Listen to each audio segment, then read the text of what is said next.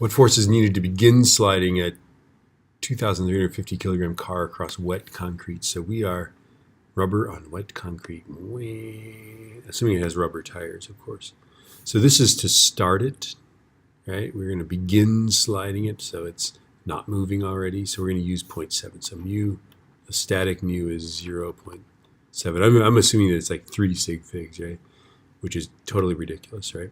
And then the force of friction is mu times r, which is mu times m times g, because, well, the force of gravity is pulling it down and the surface pushes up with that force, right?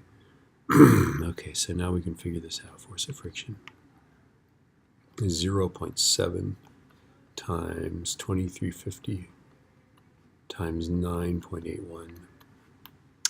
0.7 times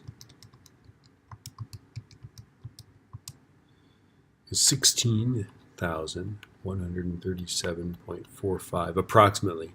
This thing has 7 sig figs, right?